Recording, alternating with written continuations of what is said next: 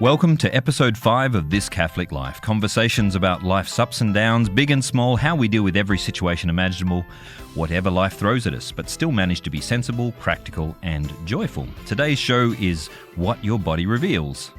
A conversation about this crazy idea that Catholics have, that your body not only reveals a lot about who you are, but it also reveals something about who God is and the plan he has for our relationship.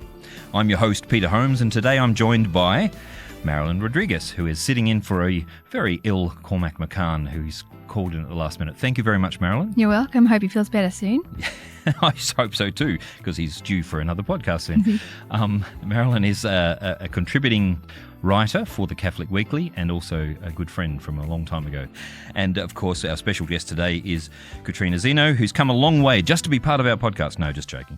Katrina's in Australia on speaking to many different groups about the theology of the body and related topics, and we're very happy to have you here today. Hello, Katrina. Hello, Peter. Thank you. It's such a delight to be here. Excellent. I have to say I've met Katrina before over a very pleasant dinner at a mutual friend's house, and I am looking forward to this conversation very much. We'll just pick up where we left off, right? I hope so, although we probably should fill in everyone in the background. That might be important. Yeah. So, and you wouldn't call your week a typical week, Katrina, being here in Australia?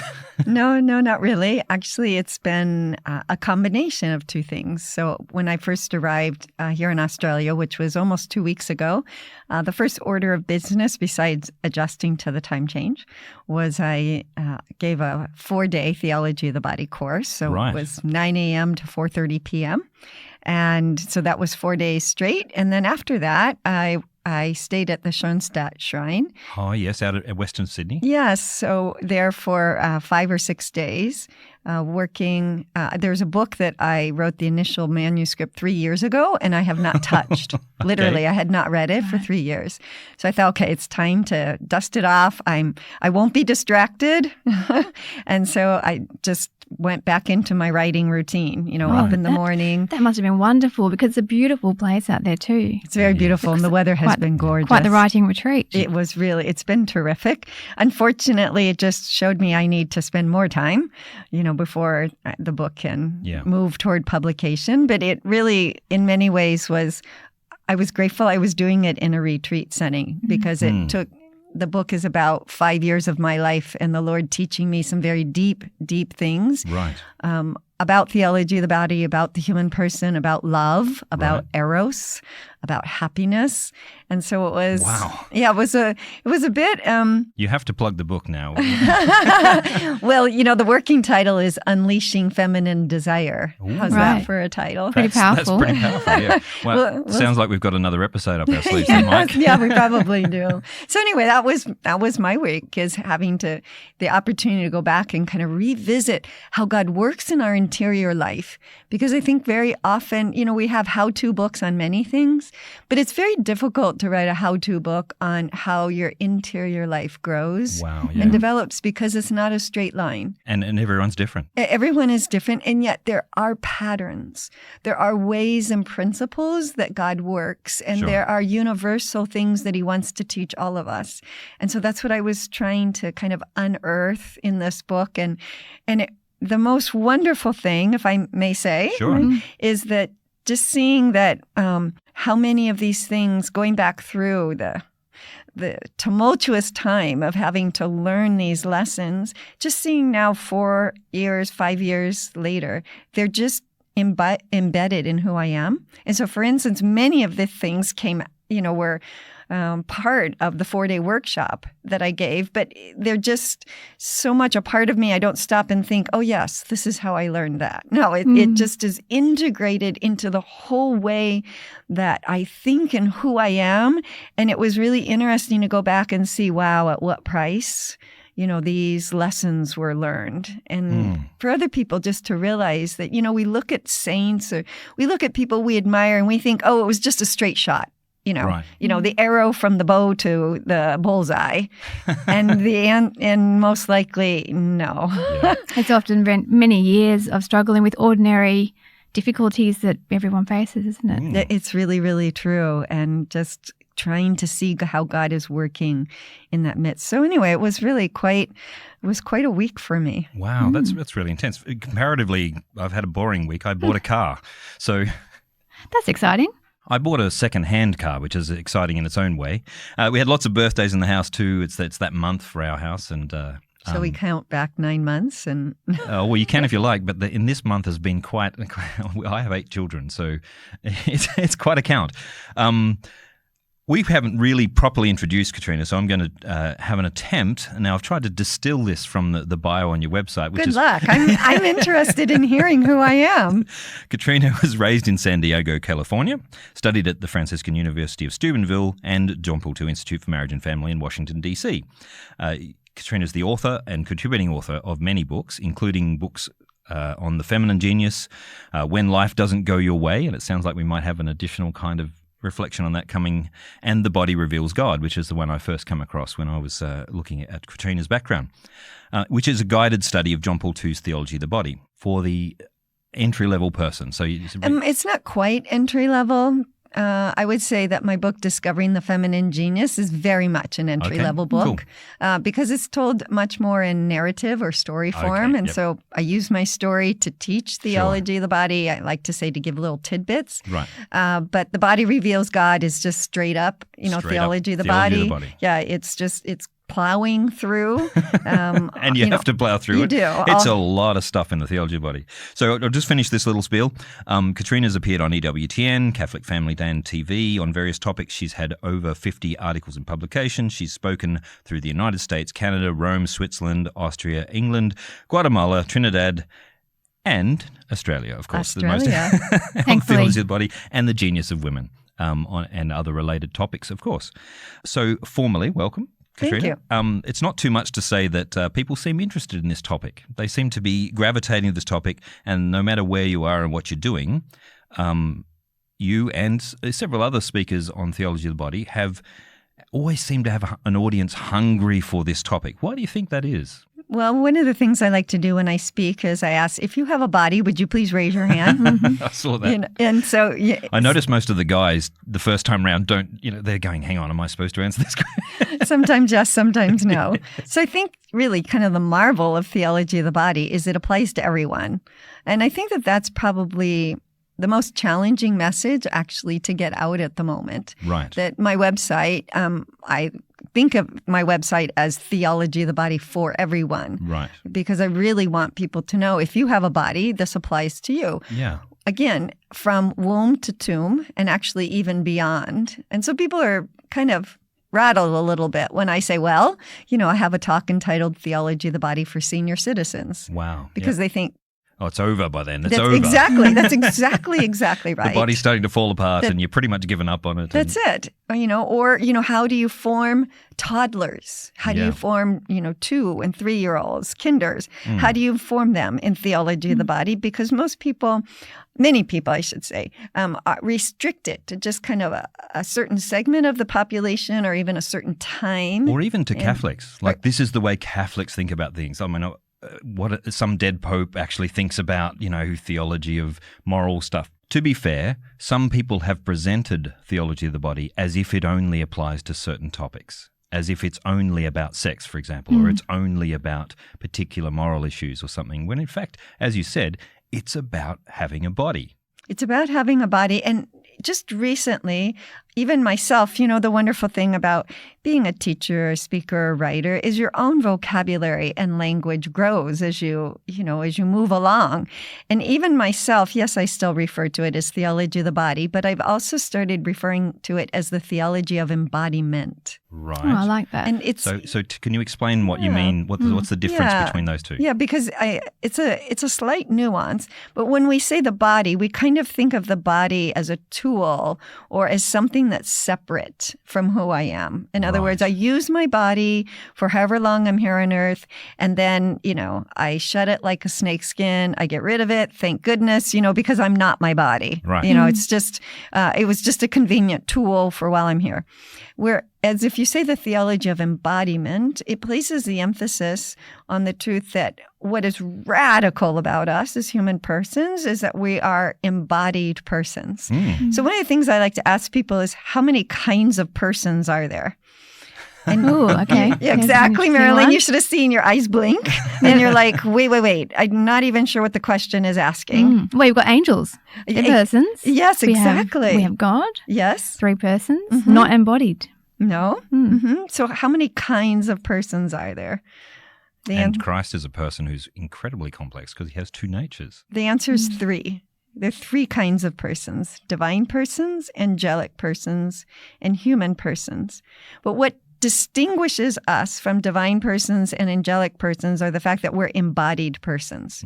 So I really think that the more accurate way of referring to ourselves is embodied persons. Right. And that's something that has kind of receded to the periphery of our deep Catholic understanding of humanity.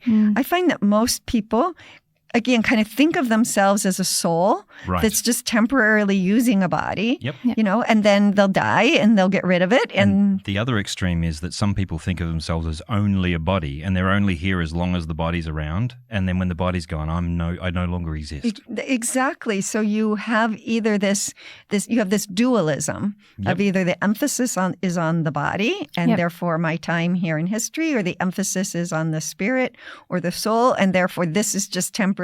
And this is kind of just the warm-up act to get to where I really am going. You've used the word emphasis there, and that's an important one because you're not saying either one of these is false, but there's something in between, and that you lose something by overemphasizing one or the other. Is that? Yes, that's exactly right. If I can make a distinction, it's the distinction between a dualism and a duality. Right. So I don't mean to just kind of play with language, because actually language is very important. And part of our current cultural conflict is over language and what we mean by language and how we use it. But I think the distinction between dualism and duality can actually be very helpful in the sense that a dualism is where one thing is, the other thing can't be, like light and dark. Okay, so they're mutually exclusive. They're mutually exclusive.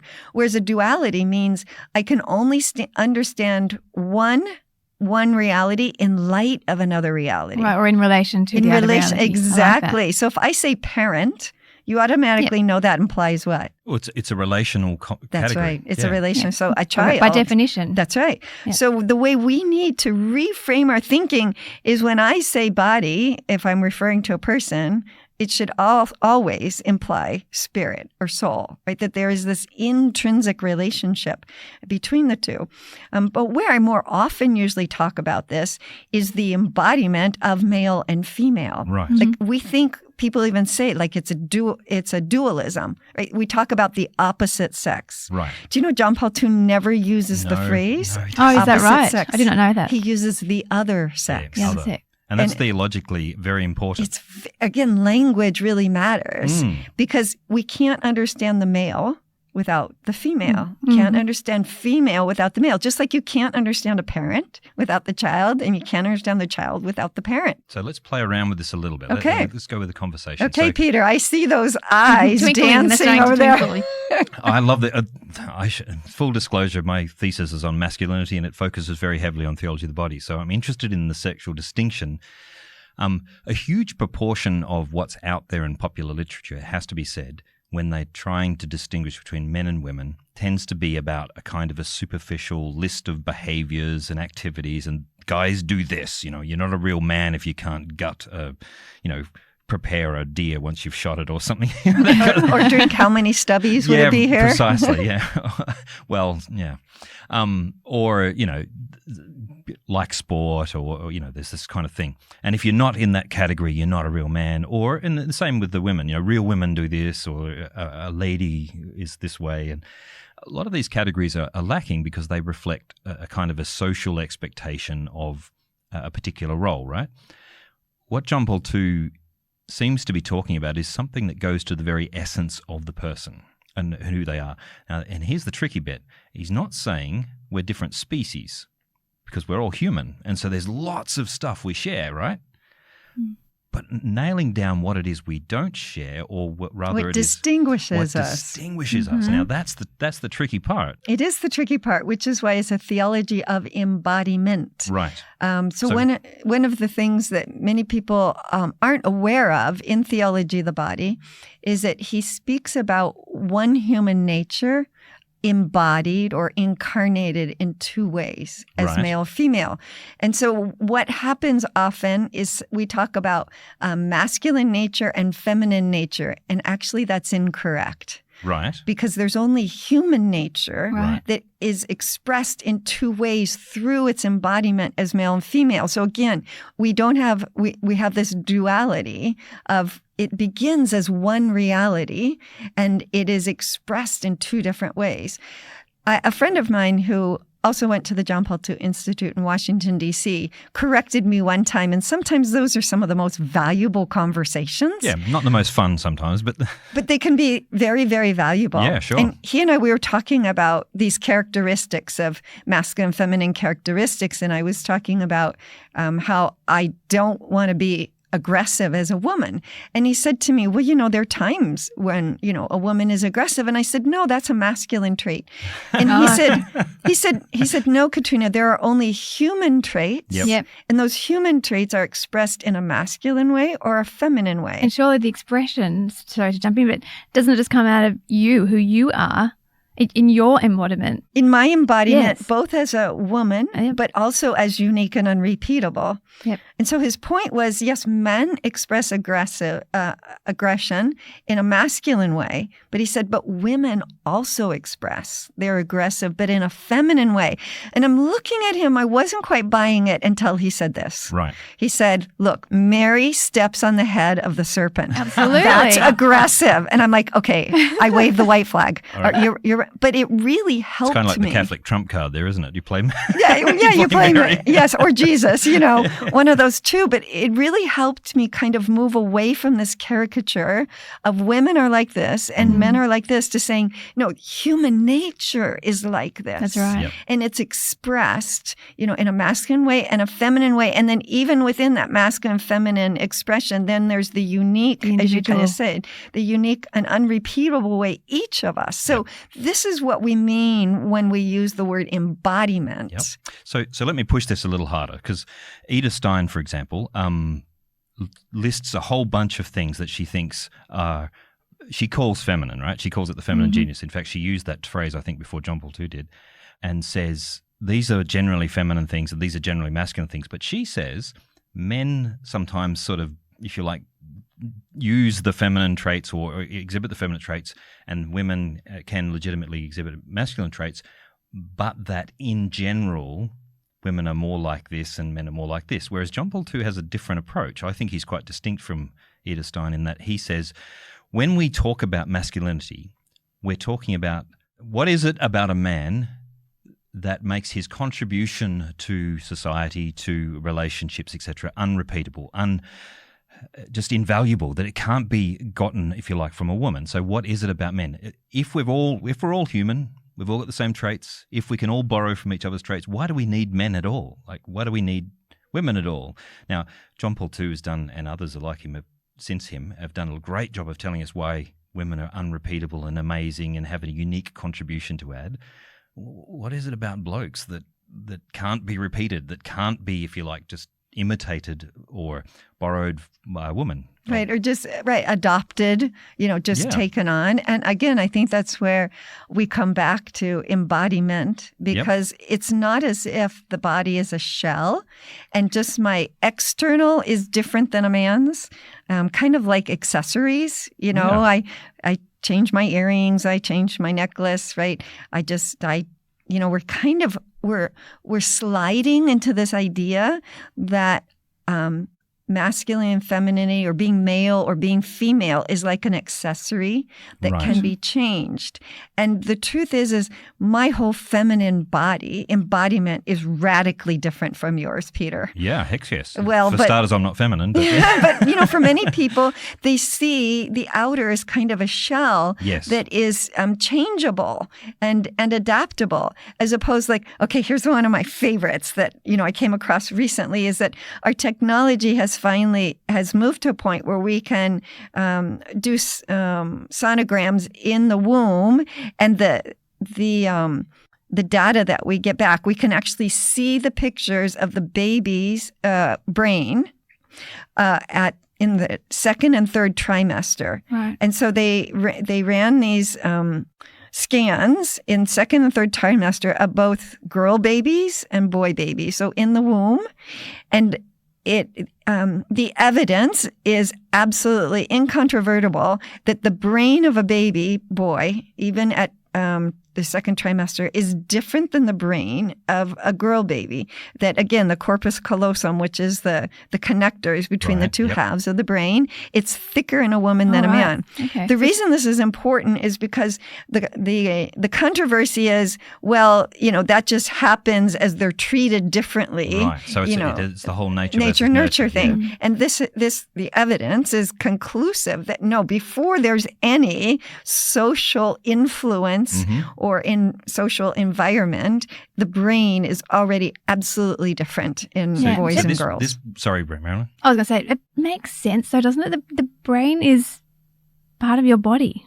I do find it amazing, as you say, because I agree that we seem to be moving towards a time when our bodies are seen as things that we can just change radically, and it would change us as persons. This goes back to philosophers like Descartes and those who thought we were minds, like the blank slate. Yeah, but the mind was the big thing. Now, it had some positives because he said woman's body doesn't make her less capable intellectually than a man, which is true, and therefore he educated women. He was quite happy to do that, and he was really pushing that bandwagon. But because he removed it from the body, he thought it was an asexual thing.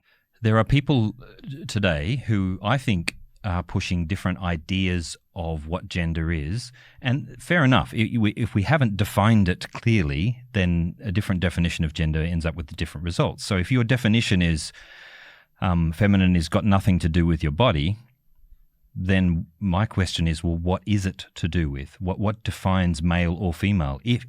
Let's go with Descartes. If your body doesn't define what male and female is, what does?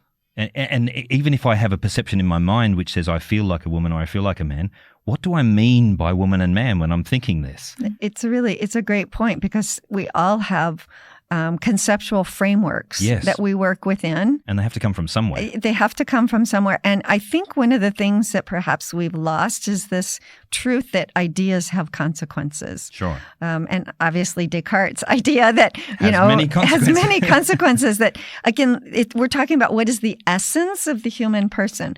So for John Paul II, the essence of the human person is this body-spirit unity, and that I don't have a body, I am my body. I mean, that's a really radical shift. I am my body.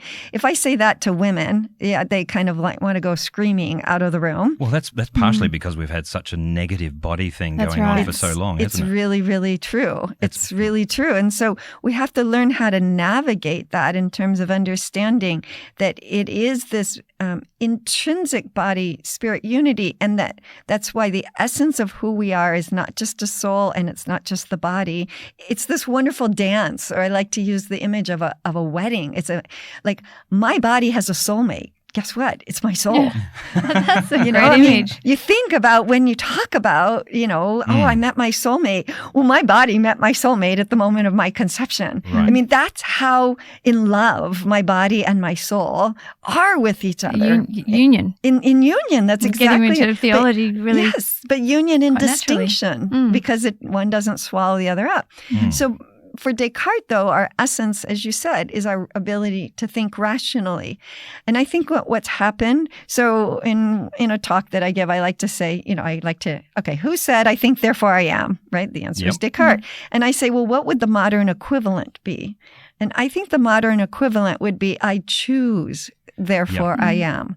And so we've boiled the essence of what our human nature is down merely to the act of choosing. It's almost like the ultimate tyranny of will. Whatever I decide is. Well, I think that for someone looking at it from one position, they could say it's a tyranny. But what our culture is trying to say, no, this is what freedom is. That's right. And therefore, if I don't have the freedom to make to access as broad a number of choices as possible, that somehow my freedom is being clipped. We clip the wings of birds so that they can't fly. They still have a measure of freedom, but it's severely limited. And I think that is the misshapen understanding of the human person that's now circulating in our culture, is this idea that to truly be free, I have to have all possible choices at my disposal, because who I really am is this choosing thing. Yep. And into the midst of that, then the Catholic Church and just good psychology tries to keep reintroducing this idea. No, you're more than just a will that happens to be using a body. That you are this beautiful integrated whole, and there are multiple dimensions to who you are. And the individuality part of it, I think, is an important aspect of our answer to culture, because a lot of people, the people I've met who are struggling against this idea of my body defines me kind of thing, are dealing with, firstly, the incredible outside impression that my body's not good enough, that it doesn't meet my expectation. I feel profoundly dissatisfied with my body, and it's almost like a rejection. There's something very simple and human about that too. It comes from, like, you see a child and a little 2-year-old or a 3-year-old, and they feel their body is restrictive. They want to fly, for example. I had a daughter that would look at the sky and say, I want to go up there, and lift me higher, I want to get up and go. And I was saying, you can't go. You've got a body. You have to stay here on the ground. Help, I'm but being there's repressed. Something very human about that desire to be free of the body. Yes. How do you work with that? If that's not... No, you're absolutely right. And the desire to do more and the restrictions of our incarnation of that. But there's also... when we're placed, and there is a legitimate dimension of sexuality which Pope Francis has referred to quite legitimately, I think, as gender, as in the construction of what women should do and what men should do in terms of social expectation. Now, he's distinguished there between the essence of who you are and the social expectations. And if people, and this has often happened when I've talked to people who are confused or perhaps don't agree with the Catholic Church's view on gender, is that they often have experienced a kind of a restriction in the social sphere to an extreme, and they're rebelling, if you like, against a false restriction. Well, I think we have to recognize that there are damaging ways that cultures do have these rather rigid expectations of this is the way a man acts and this is the way a woman acts. And what we are trying to do is step it back from the level of purely action to actual identity. Okay. And so what's happening is that our culture is saying that there is a separation between my identity and my body, or my identity and these social roles, or my identity and my fertility. And so we're partitioning the human person into all these different categories, or I like to think of them like different ingredients, raw ingredients. Yep. And here's the problem, Peter, is that there are elements of truth in what people have experienced. I have a favorite saying I made up. I'll admit it. It's right impulse, wrong solution. Yeah. Their experience is their experience. And so I think the tricky thing is how to validate that, and maybe kind of the fragmentation or the deep frustration it has caused within them to feel like they can't really be who they are, and that, we use this phrase, human agency. In other words, my ability to act on the world and make a difference. I mean, I don't know about you, but I really can. It's hard for me to imagine living in a very restricted Muslim culture, having been a woman raised in the West, and all that I've been all the different ways I can exercise my human agency. And so I think it's important to realize that somehow, there's been this experience that I'm very constrained and limited, but the solution isn't changing the shape of our body. The solution isn't changing the structure of our body. Right. That's what I want to say, because that's what we're really... Because it's not really hitting what actually was causing the that's problem in the right. first place. There's a deeper problem. So the second half of the answer, perhaps, is something you were hinting at before, I think, Marilyn, which is rather than just sort of reacting against the cultural expectations or my own dissatisfaction, we actually the second half is not just saying you're not just that, you are a body, but that body is beautiful, that it's a wonderful thing, that it expresses something that is powerful and wonderful and unrepeatable is the word you kept using. How does the theology of the body talks a lot about the body, and it has to be said, if I can move us on a little bit here, it has to be said that there is a perception out there that it's just Catholics talking about sex again, and they've found a new way to talk about sex and tell us all what to do and what not to do. How is the theology of the body different in the sense that, firstly, is it all about sex? And if not, what else is it about? Yes. The answer is yes and yes. Okay. How's that?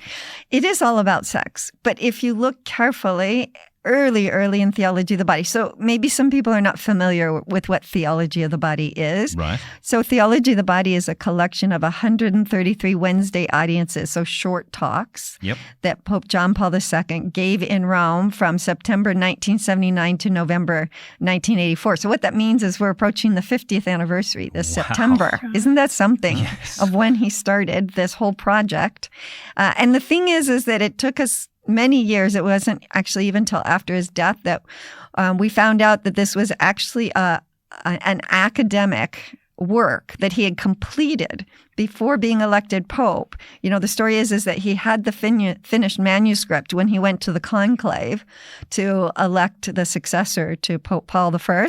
And I like to say, he came with the manuscript in his hand and suddenly he found himself holding the keys of Peter. And what do you do? Because he had his, the next academic work finished, almost ready to publish.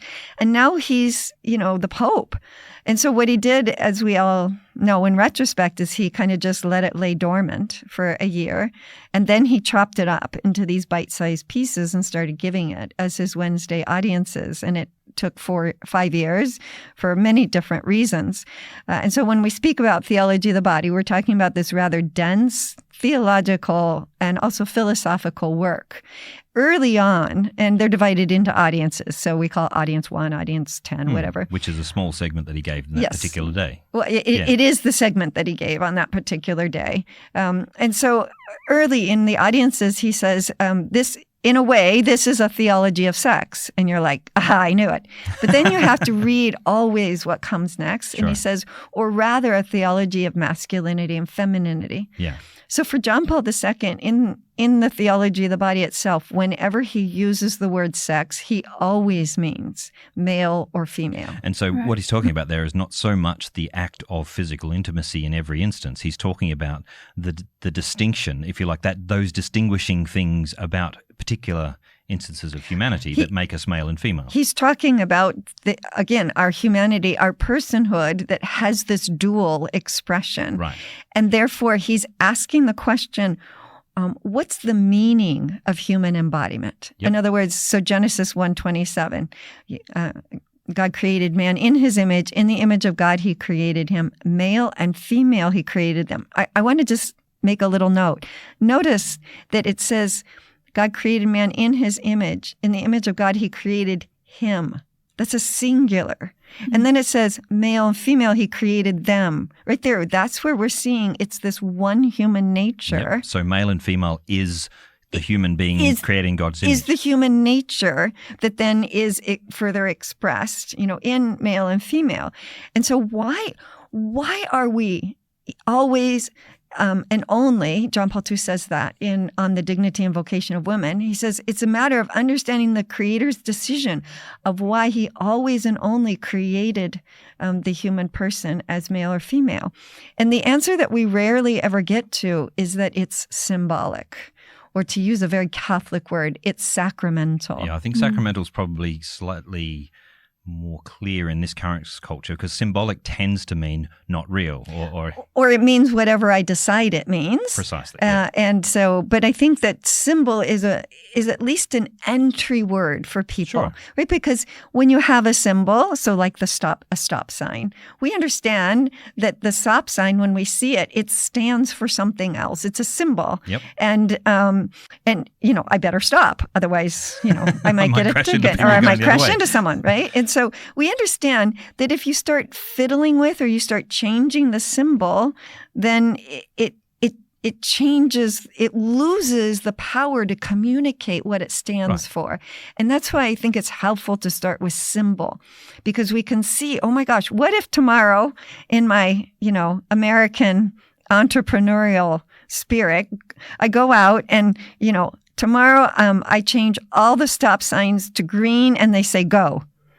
We'll have a lot of accidents. Yes, it would be a disaster, wouldn't it? Why? Because I've changed the symbol. Right. And you change the symbol, then you lose its ability to communicate the meaning. The stop sign example is a good one because it shows that it's not just failing to communicate a meaning, it has consequences. If you treat something the way it's not supposed to be treated, it has consequences, and those consequences can be disastrous for the people. Very disastrous and lead to a kind of chaos. And well, that leads us to the next question, which is theology of the body keeps talking about, and this is something I do think is actually an issue. A lot of the theology of the body proponents say, isn't it wonderful the way God's made us and in relation to each other?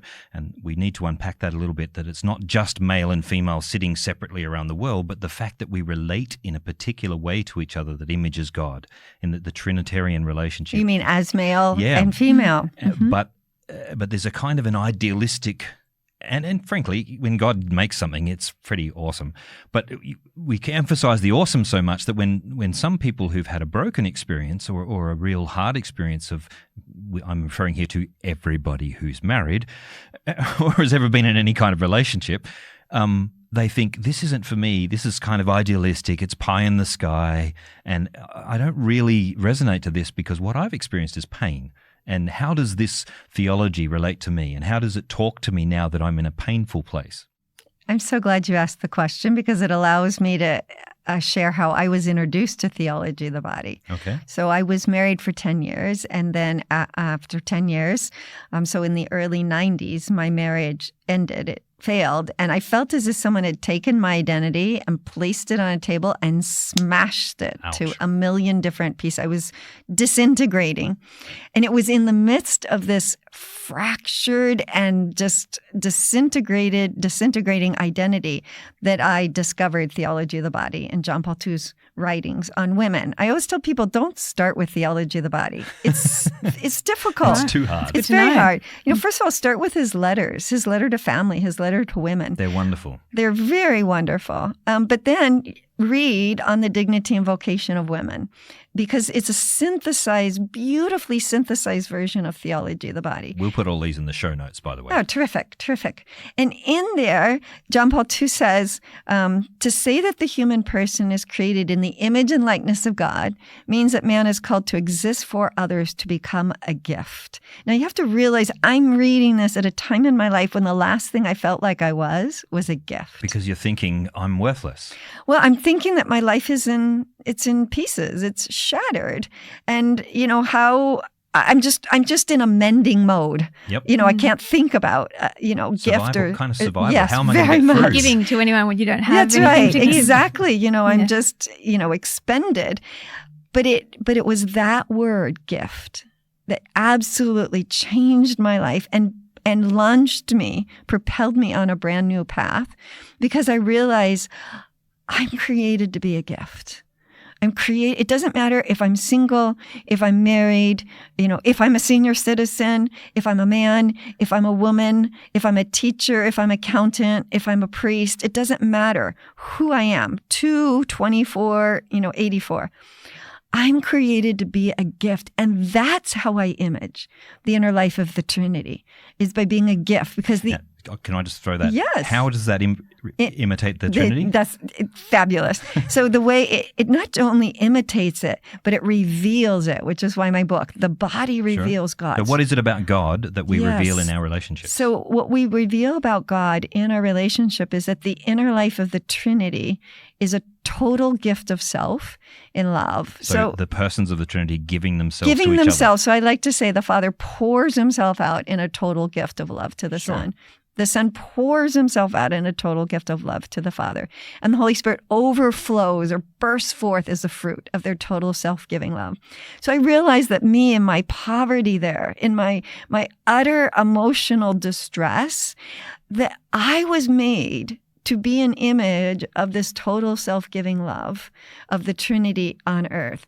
And first of all, realizing that was the first important point. The second point was then healing that broken image of myself. Because if you're a gift, then there must be something there that you can't see. Well, or feeling like the gift something wonderful about you feeling like the gift had been taken and just smashed. But, the gift can be healed. The gift can be restored. This is the marvel of life in Christ. In fact, that's probably a message that goes to even people who aren't in the depths of despair. This is an important message because if I'm a gift, even loving someone else, I can't just love someone else at the expense of myself. As in, if I'm a gift, I have to care for that gift. Because if I'm going to love someone by giving myself to them, there has to be something to give. It's very true. It's the expression you can't give what you don't have. Yes. And so that is part of learning that we're a gift. Doesn't mean, hey, everybody, hey, Australia, I'm God's gift to, down under. And isn't part of it also, Katrina, that idea that we are a gift that Jesus presents to the Father? Absolutely. And so there is something so precious about us that we're worthy to be presented to God the Father by His Son. Yep. It's we're drawn into the Trinity. We're drawn into the interior life of the Trinity. So that's the first place we have to find ourselves, which is why it's theology of the body for everyone. Yeah. Womb to tomb, and beyond. And sorry if I can interrupt there.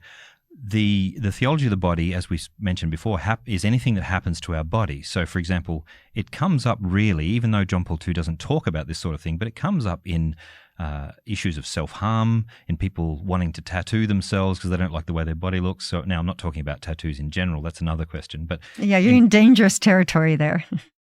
As I said, some it depends on how you're using it. Have you got a tattoo, Katrina? No, I do not. But I have seen how many people react. Yeah, for sure. And I have a young man who came to me and said, "Oh, I want a tattoo. Is there anything against that?" No, depends on why you want it and what you're trying to do. Are you enhancing things? It's like wearing earrings. Are you saying what God has made is beautiful, and I'm just simply trying to make the most of what He's given me, and it's a wonderful thing. But if I'm doing it to hide myself and kind of change myself because I feel ashamed of who I am, then that's a different situation.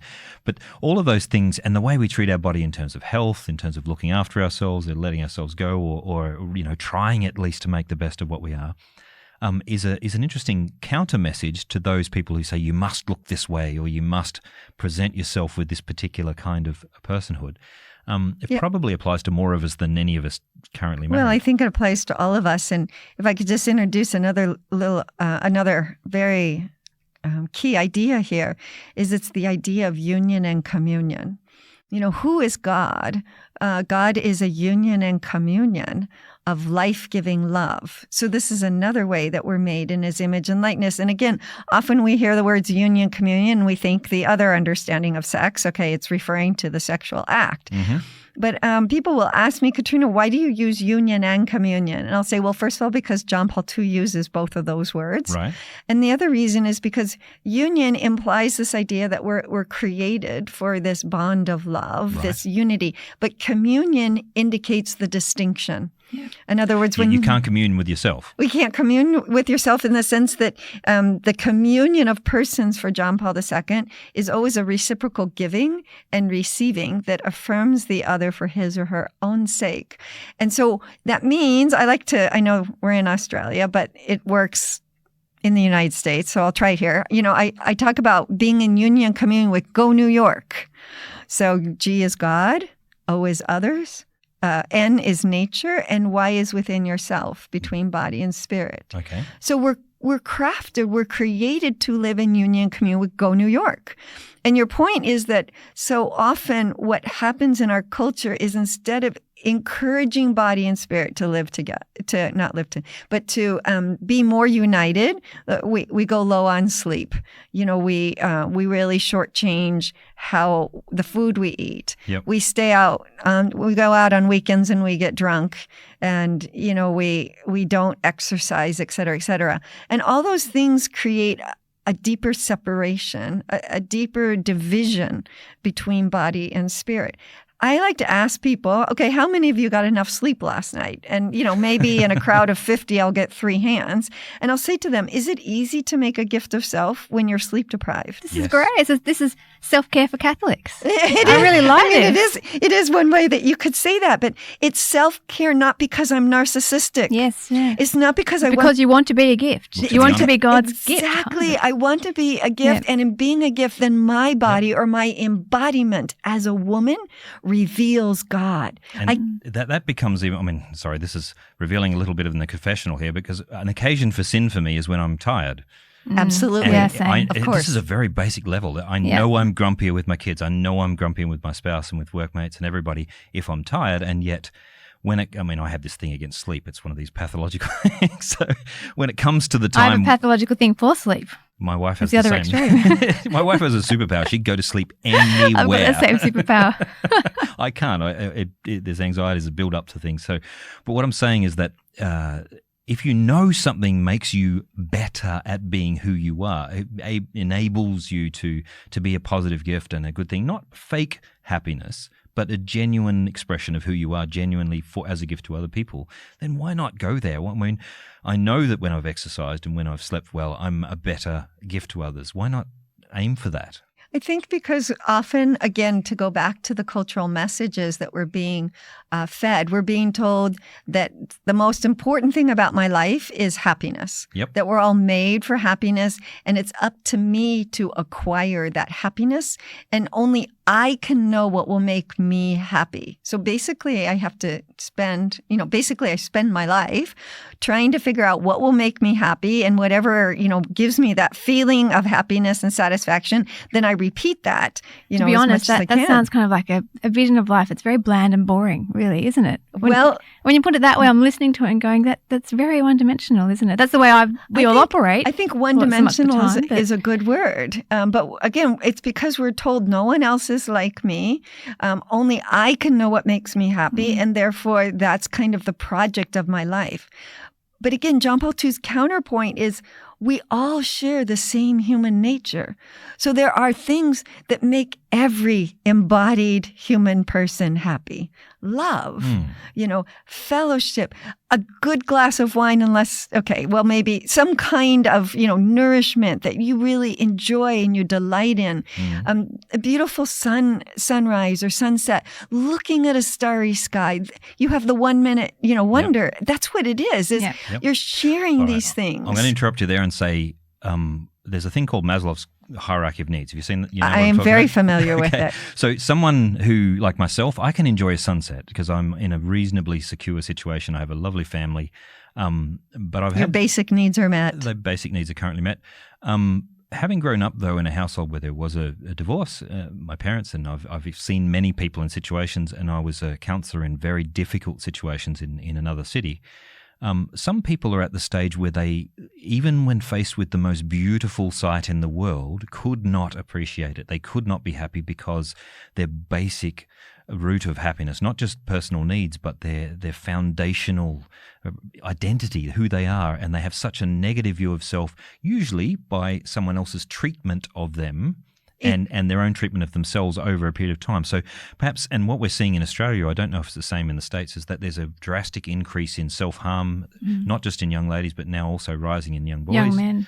And in young men and women, early suicides. There's all kinds of drastic self-harming, and it's based on an rejection. Image of rejection of themselves. And so it sounds very nice for us to say, your body's wonderful. This isn't something that they're going to take just with words, is it? I think, again, what it invites us to is I'm always trying to ask myself, why? Why is it that this increase in self-harm, what is it that is going on, again, in the interior life, in the inside of people? And again, I think part of the problem is that we live in a culture that has increased a superficiality, right? So that things that are superficial, that are on the outside, things that are pleasurable, we've confused happiness, pleasure, and joy. That's a whole other podcast. Yeah. And so we're being told that what's pleasurable will make us happy, and therefore that should make us fulfilled. But the problem is something that's pleasurable and gives us kind of that endorphin high, it's transient. I mean, by its very nature, it disappears after a while. And so then we have to grasp after it again and again and again. Whereas something like joy is something that abides deep in our being, and it has to do with bondedness in relationships. So the security of I know I belong. And I know I belong deeply and permanently to people. So these bonds of belonging, that's a source of joy. Is that the answer then? Let's say we've got the teenager here who's, cut themselves, and there's all kinds of ugliness in their own perception of themselves. What's our answer directly to that teenager? I do think part of it is trying to, first of all, help them see that possibly what's operating at a deep level is something I call existential shame.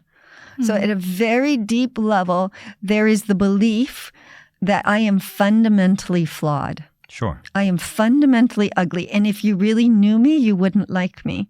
So I think they say that out loud when I've had that experience. Sad. So I think part of it is surfacing this kind of fundamental disposition of shame, and helping them experience. This is the beauty of a Trinitarian God who overflows. God is not distant.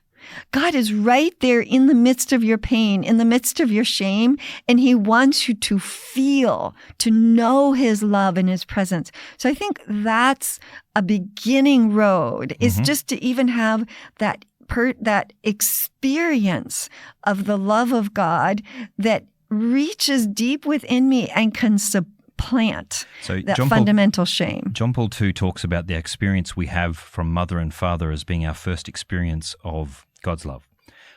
As in they're literally mirroring the divine parent, if you like, fatherhood. He also talks about the experience we have in genuine love between other human beings, friends and lovers, which is also mirroring God's love. I guess... because I've actually sat with a number of these broken teenagers and seen them break down, it's not enough, at least as far as maybe I'm saying it wrong, but it's not enough to tell them that's the case, because every time I talk about parents or God's being a father or anything like that, of course their image is based on their experience of fatherhood, on their experience of the relationships, and the only intimate relationships they've had have been profoundly destructive. And almost the only way we can ever hope to sort of break through that false definition, that false understanding, is to give them a different experience. It's true. I think this is why counseling is very, very important, something that we really, as Catholics, need to retrieve. I mean, if I could wave a magic wand, it would be to send all of you out there who are in, your early 20s, seriously think about studying good Catholic psychology, because what we can do is we have to help them experience this bond of belonging. And if they can experience this idea that this is, I am safe here. I mean, that's a big word, among these, and it has a truth to it that we need to be safe. Absolutely. I feel safe. I feel as if I belong. Something like part of the problem is thinking if I disappeared from the face of the earth, no one's going to notice. Yeah, no one's going to notice. Nothing's going to be different. And therefore, even just knowing, even just think about in terms of parish or in classroom, what if when you left Mass every Sunday, someone said to you, "Oh, so good to see you, Peter. See you next week." Do you know what? I was a Protestant before I became Catholic, and that happened all the time. We went to afternoon tea or lunch or whatever it was after the Eucharist, and when I became Catholic, it's a whole other world, because Catholics do their socializing in all sorts of different ways, but Protestants are very much about the Sunday, right? And so I got out of Mass, my first Mass, and it was literally 5 minutes after Mass and no one Everyone in sight. Was gone. And I was checking my deodorant saying, "Wow, isn't that, what have we done?" And it finding my way into Catholic circles was actually really difficult. It's isolating. And you had to put the work. You probably had to put a lot of work in. No one was going to offer it to you. And I'm not a shy person, so I tended to hunt it down and it's taken years to build those kinds of relationships. And actually, some of the groups that we're now in, we've had to make ourselves. Absolutely, you learn that friendship. There's a kind of friendship that you fall into, but there's a deeper kind of friendship where these bonds of belonging are built, and those have to be intentional. Yeah. And I've seen it in my own life that if I really wanted these bonds of belonging, I had to really make a decision and a commitment toward it. And pursue it. And I think part of the struggle is this idea, we talk about connection, and everybody, we're connected, right? I'm connected. We create, this connection. And I think what we've done is we've replaced bonding with connection. And at some point in time... Are you talking about like Facebook connection? Yeah, Facebook, social media connection, even just, chat, text connections. We're multiplying connections, but what we're really created for is deep bonding. And believe it or not, that brings us back to the masculine feminine body. Right. In its symbolic and sacramental dimension is that we see, again, in the very physiology, the very structure, the permanent structure of male and female, that those bodies are meant to unite and to bond. And from that unitive bond, life flows forth. This is what we're created for. And every person who cuts or who tragically takes his or her own life, or even is just sleeping around promiscuously, what they're really, like we say, they're looking for love. But what is love? Love is the sense of this bond of belonging that is safe and secure, from which new life flows. And that doesn't necessarily mean procreative life, because priests and nuns are called to these deep bonds of belonging. Well, it's described in spousal terms. Exactly, because it's life-giving, right? So it's a unitive love that overflows. Again, we're back to the Trinity, that bursts forth with new life. And so I think we have a great challenge right now in the Western world because of how electronic devices have just flooded in and taken over culture and taken over relating, so that they're almost the way communities are facilitated. They're the way we relate they're the way to each other now. Yeah, a friend of mine said, the generation that's coming up, iGen, it's normal to relate to reality through a screen. Just think about the implication of that. And now, okay, I normally relate to reality through a screen. And now I'm trying to not just form a connection, but a bond with a real living, breathing person who I cannot predict. And also I can't block them. You can't filter them. It's true. And you can't filter yourself. You can't. I grew up in a country town, and you had to deal with the baker because he's the only baker. You have to get along with him even if he's a prat, because he's the baker, and I have to figure out a way to navigate this relationship. And it's almost, my next door neighbors get freaked out when we move to a place, we give them a cake when they first arrive, hey, just sing out, never see them again, because they're scared of the idea of my current neighbor's excellent, I should say, but the experience of that. Now, if I can push you a little harder on this, I think there's an issue with the way we treat each other bodily in culture in general. I grew up with certain kinds of masculine interaction, bodily interaction being not possible. So the hugs, the kind of the affirmation, physical affirmation of men didn't happen at all in my childhood, unless you were playing sport. You get on the sports field. They're all over each other, all on the football field. You kick a goal and, the guys are all over you. And I remember being distinctly, because I'm very sensitive to these sorts of things, but, guys were slapping me on the bum, and it was as they ran past me the whole game. I'm like, this is really... Now, if they did that at the photocopier at work, it would be profoundly uncomfortable. But the point is that there is, in fact, there's social conventions that allow us this physical like kind of contact. little valves of... Oh, I don't know if the valve is the right word, but... It's a release. You can do this at this time and this time. But when I was watching women who were friends with other women, and they would give a hug or they'd touch each other's arm or they'd put the arm around the shoulder at certain times, and I'd feel really jealous about the fact that, why can't guys act this way? Nowadays you can do it, but there's a new kind of aversion to physical touch because of all of the Me Too stuff, and everyone's a little bit scared of it. There's always someone who'll push the boundaries too far. I think what we've done is we have a swing of the pendulum in two different directions. Right.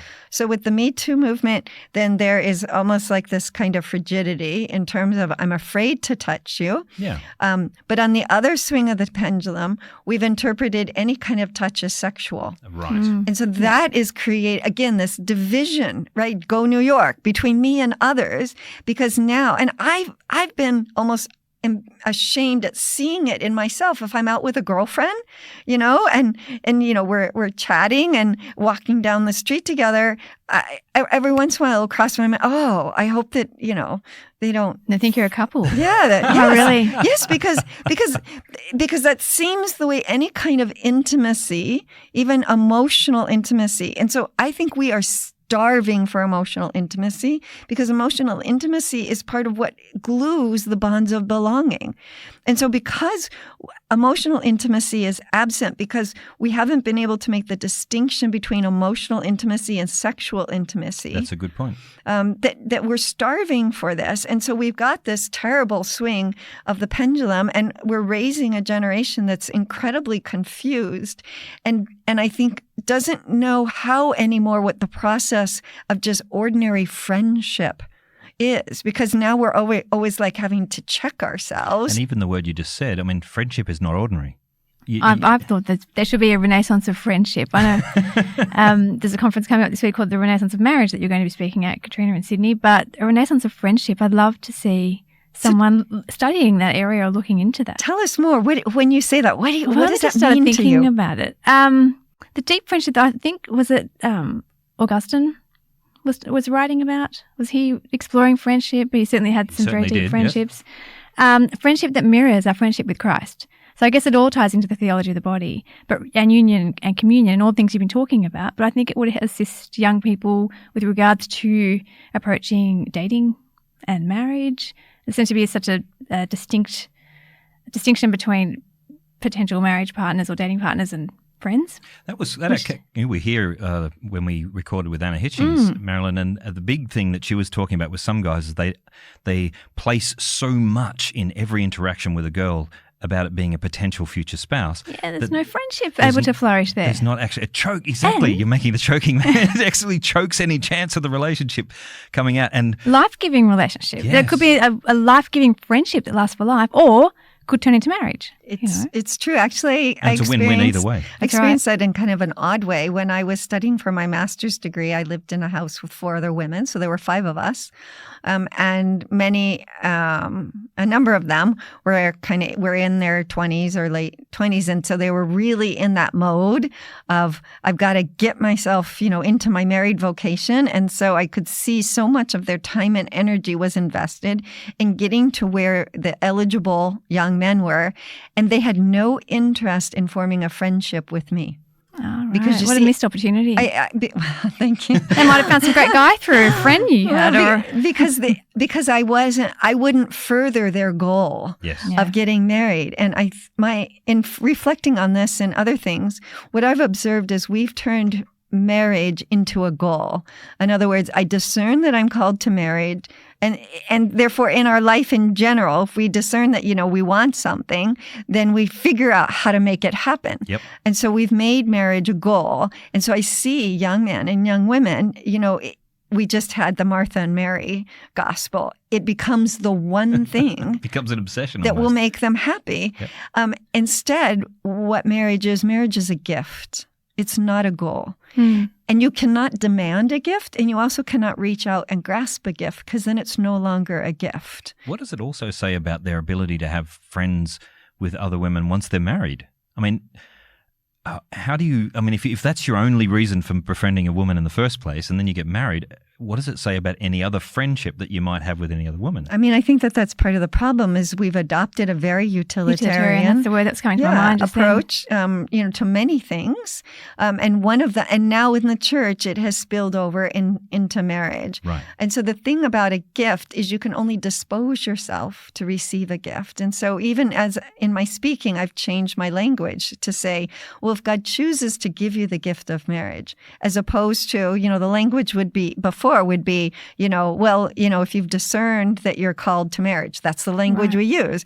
I'm discerned I'm called to marriage, and now it's just a matter of it happening. That's great. That's lovely. But if God chooses to give you the gift of marriage, then what our responsibility is to dispose ourselves to receive that gift. And friendship, deep, authentic, bonded friendship is one of the most profound ways we dispose ourselves to receive the gift of marriage. It's a profound experience of love too, isn't it? Very much so. And so, and God forbid, I mean, I can see when I speak to singles and I say this, I mean, they want to just take me out, and shoot me. But what if you are never given the gift of marriage? I'm so glad you say that, because my impression from really only hearing bits about the theology of the body is from people who have a little dose of it and then think marriage is the thing. They might say that, but they seem to be oriented that way. Well, again, I think it's just symptomatic of this whole kind of idea. Once you've discerned your vocation, that you've got to get yourself into that vocation. Otherwise, you're going to be deprived. And it's almost like that's God's will. And I absolutely can't. It's exactly it. This is God's will, and I will miss God's will if I don't get myself, into my vocation. God doesn't work that way. He doesn't. But again, we always have to ask ourselves what's deeper. The deeper truth is, guess what? You're already in your vocation. It's called your baptismal vocation. Yeah. You're already in a vowed state. We renew our baptismal vows. And again, just slightly modifying the language, marriage or celibacy is a further specification of your baptismal vocation, of your universal call to holiness. So you have not missed God's plan for your life. If you are single out there and you are hearing this, you have not missed God's plan for your life, because God's plan for you is to live with full gusto and adventure your baptismal vocation, your baptismal vow of discipleship with Christ, and this loving relationship with the inner life of the Trinity. And then you just dispose yourself that if God wants to further specify that, glory to God. If you just remain in your baptismal vocation as a single, glory to God. You are not deprived. You can still live union and communion that's fruitful. Right. On that note, we're probably getting towards the time that we need to start wrapping it up. It's time for 1 Minute Wonder. I think that's quite wonderful what you've just said. Yeah, it was wonderful. That was my 1 minute wonder. You can't take it. It's going to be hard to top that. But let's start out with a 1 Minute Wonder. Now, we promised you we would go first on this one. So Thank you. I'll go first. Marilyn. We recently took the family. It was a lovely sunny winter's day here, and we went to Balmoral Beach, which is the northern beaches side of things. It's a lovely harbour beach, or like a little cove. Beautiful rock formations, and it was sunny and it was winter, so it felt like it was a special gift. Lovely. It was just lovely. It is a wonderful thing. I have a young son who is non-verbal. He's a special needs fellow, but he's been learning sign language, and we've all had to learn something called keyword sign, which is a kind of a simplified version of Auslan, which is the Australian language for the deaf. And he's getting quite a vocabulary, and he came up and gave me basically a sentence recently. And he was asking me to play with him specifically to have that physical bonding experience with him. And I just melted. That's the first time. He's 5 years old. He came up and gave me this quite clear message. He wanted more of the rough and tumble, and it was just heartbreakingly beautiful. So. Can I just break when I'm, the expectation and say it's such a beautiful example of the language of the body? Yeah. Again, what a gift it is that we can communicate not only with our words, but with our actual bodies and our gestures. So thank you for sharing that. I hope you will teach him you are a gift if you haven't already. Those are key words. So he needs to. I think for me, it was, as I taught the 4-day Theology of the Body course, there were 4 priests that attended it. And at the end, we all took a photo together. And it was really a moment of wonder. Here I am, this lay woman who, who really is insignificant in the broader, spectrum of things from the USA, and these 4 priests were able to take 4 days out, and something really very special, happened among us during that time. And so just kind of the wonder of how God brings people into our lives and forms these bonds, because 3 of them were from Vulcania Forbes. Did I say it right? Oh, yes. You did. Okay, it's taken me 5 days to learn how to say that. And there was an obvious bond that was created between the 3 of them and myself. And so just in wonder, this human capacity to learn, and that knowledge is bonding for many people. Lovely. That's it for this week's podcast. If today's discussion got you thinking, arguing, especially over the points we've raised about theology of the body, you can subscribe to the podcast at our website, thiscatholiclife.com.au. You can tell us what you liked, what you didn't like, or what you'd like us to discuss in the future by dropping us a line at info@thiscatholiclife.com.au, or you can continue the conversation by joining us on Twitter, Instagram, Facebook, Discord chat. You can find all the links in the show notes on the website. Be sure to write a review on iTunes. Remember that you have to sign in on iTunes and then write the review for it to count.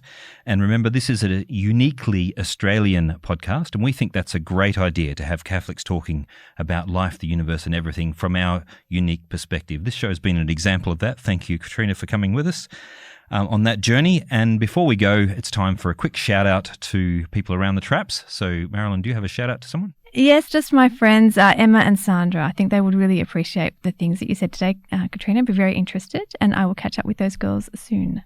I'm going to shout out today to my students. I've just sent them the preparatory emails for their first classes in a class called Marriage and Sexuality. So I'm really keen to go, especially today has fired me up. So that's my shout out for today. Wonderful. I'd like to give a shout out to all the single people listening who are disposing themselves to receive the gift of marriage if they feel so inclined that way. And just to tell them that you are a gift and that your life can be so fulfilling and rewarding if you really learn how to live your singleness with great gusto, but also with great morality.